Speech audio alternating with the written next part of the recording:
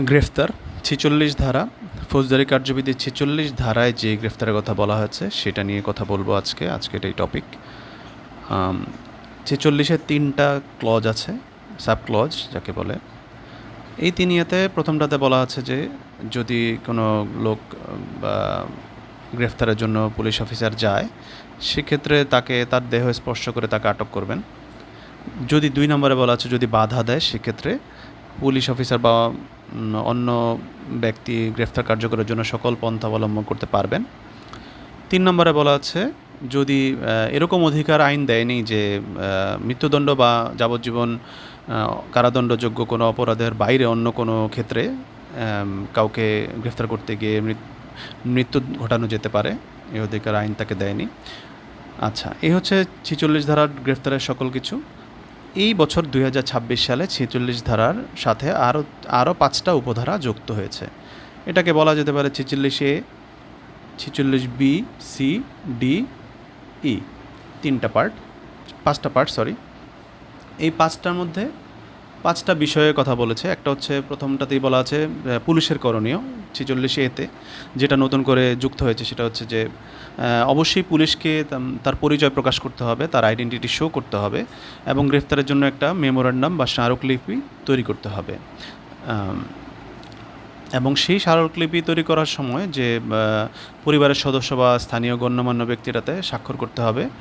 আর যদি কোনো সাক্ষ্য না থাকে, সাক্ষী যদি না থাকে, সেক্ষেত্রে সেটা কেন নেই সেটার কারণ উল্লেখ করতে হবে।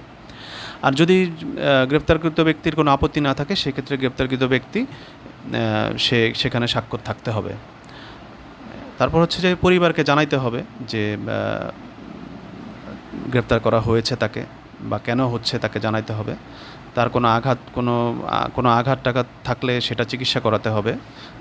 আইনজীবী বা আত্মীয় স্বজনের সাথে তাকে দেখা করার সুযোগ দিতে হবে।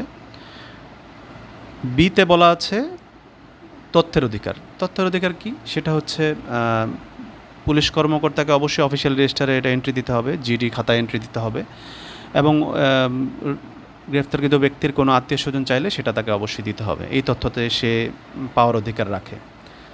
সিতে বলা আছে এই তথ্য ডিজিটালি প্রদর্শন করতে হবে।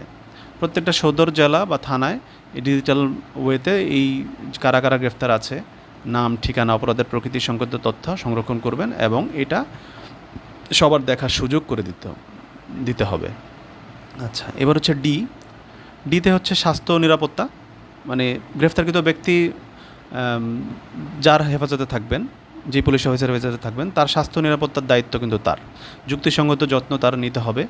আর লাস্ট হচ্ছে কেউ যদি অসুস্থ হয়ে যায় বা আঘাতপ্রাপ্ত হয় গ্রেফতার করতে গেলে কোনো কারণে, সেটা তাকে চিকিৎসা অবশ্যই দিতে হবে এবং সরকারিভাবে নিবন্ধিত চিকিৎসকেরা চিকিৎসা দিতে হবে এবং মহিলার ক্ষেত্রে মহিলা চিকিৎসা দেওয়ার চেষ্টা করতে হবে এবং চিকিৎসা শেষে একটা সার্টিফিকেট বা রিপোর্ট প্রদান করবে, যেটা পুলিশ আদালতে শেয়ার করবে। আর যদি কোনো গ্রেফতারকৃত ব্যক্তি কোনো গুরুতর অসুস্থ হয়,